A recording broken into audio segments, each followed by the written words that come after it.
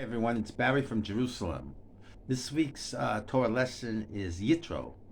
Yitro was actually Moses' father-in-law, who was married to his daughter when he escaped Egypt.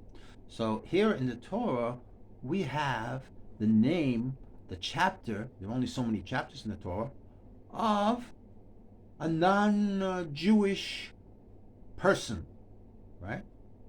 So we see that the Torah is given to all the nations. It just so happens that in this week's Parsha, the Jewish people received the Torah. And that idea to receive the Torah was to be given to all the nations. But all the nations misconstrue that the Torah is like, oh, you're the chosen. Who do you think to be the chosen? It's very interesting. This concept of jealousy is also comes up in Midrashim. In other words, when God gave the Torah, God wanted to import a vision that he had. So he picked Mount Sinai, which was a very tiny mountain. It was a small mountain. And the Midrash says the other mountains complained. Hey, Mount Tahor. No, Mount Tabor. Tahor means pure. But one of the mountains complained, say, why did he get the mountain and not me, you know? And then Carmel also. You know, there are grand, glorious mountains in the land of Israel, but he chose a very tiny mountain. So what is he teaching us? He's teaching us that when you receive my Torah, you have to take one basic idea. Just how I gave it on a small mountain, I want you to take it and understand the meaning of the law. And the more you understand, the more humble try to understand the points of the Torah and what it's talking about. Because if you look at the scheme of creation, and if there's one creator, and he's created billions of galaxies, and he's created billions of stars, and every star has even a name. So there's something out there.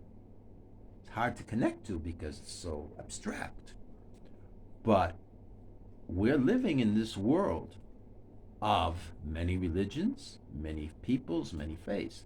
The Torah was given, and the revelation of God at Mount Sinai was smoke and fire. The Midrash says that they heard the lightning and saw the thunder. In other words, the senses of normally where when you hear you don't see, and when you see you don't hear, were all merged as one. So Hashem was saying, what you see in your own limited vision, I am here to help you. And I have chosen you, the Jewish people, to be a light to the other nations. And if you choose, there was a midrash that says he dropped a mountain over their head. He said, do you want to take it? And they said, sure, we'll take it. Fine. That's another story. But there are many versions of how to see the text and learn from the aspects of Jewish writings, the oral tradition, what the rabbis say. They all follow a certain logic. But Hashem wants to make his point that he created this world for his own glory. But what does man do? Can't see God because God's somewhere way out there.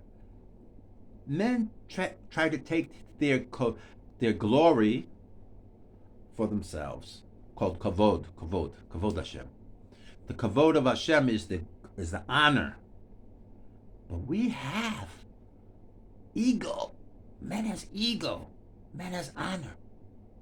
Man can't think beyond his own impulsive desires. Sometimes. He wants something, he doesn't consider the consequences sometimes, even if it belongs to someone else.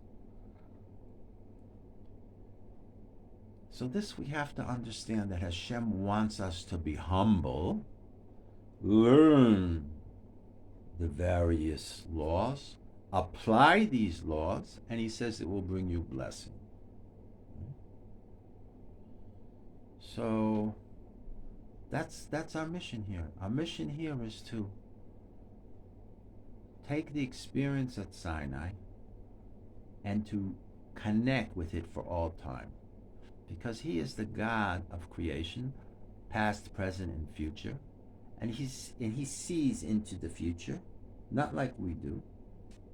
And he sees, and for whatever reason he created the situation of the Jewish people as a chosen to carry on his expressed will and share it with the 70 nations. That's our obligation as Jewish people. So we're so removed because this happened thousands of years ago. A lot of Jews are still trying. We're all trying. I'm trying. I'm living in Israel. I'm doing the best I can. I'm learning every day. And every day I have to fight what it is that I'm fighting. I'm fighting my own ego.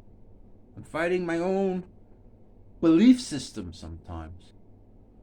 But then I pick up a book of Torah and I learn a little bit. And I say, yeah, we gotta be more humble. That's what it's about.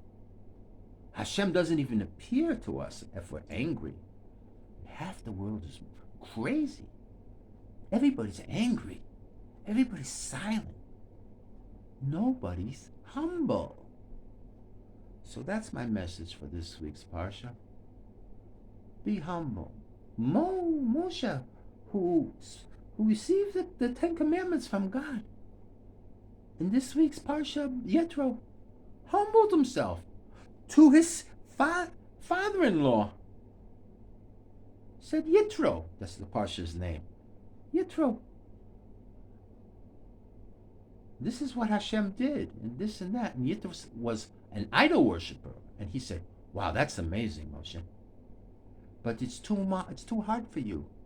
You know, you're explaining the law to 600,000 people, and it's too much for you. You're going to burn yourself out." So Yitro advised him. And then they delegated to the elders. It's in Pirkei Avot, the saying of the fathers, ethics of the fathers. You know, he delegated certain legislation that was in the new law, and they were teaching the tradition orally in the desert. So if you want to get quality of life, if you want to get a little direction, what is truthful in life, what is meaningful in life, these values are for everyone. But specifically, they were given to Jews. So as we approach this Shabbos, if you're Jewish, you always approach Shabbos in a positive way. What does that mean? It's separate from the 6 days of the week.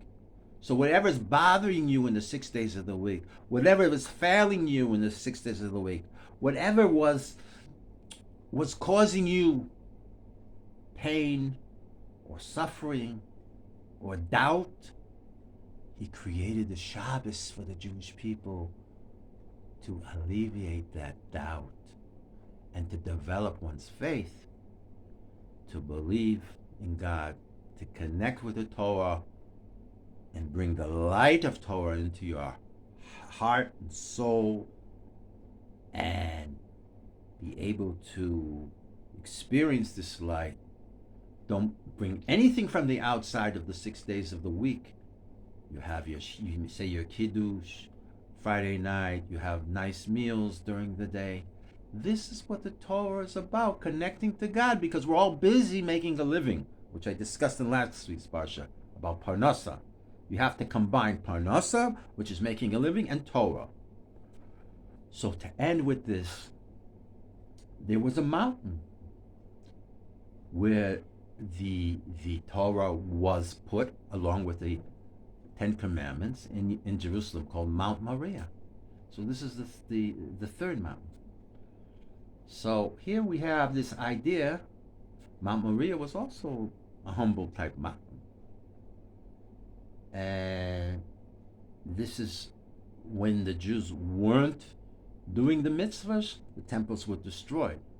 But God promises that the Jewish people will be redeemed for the mitzvahs of Avram, Yitzchak, and Yaakov, and these mountains will all come together.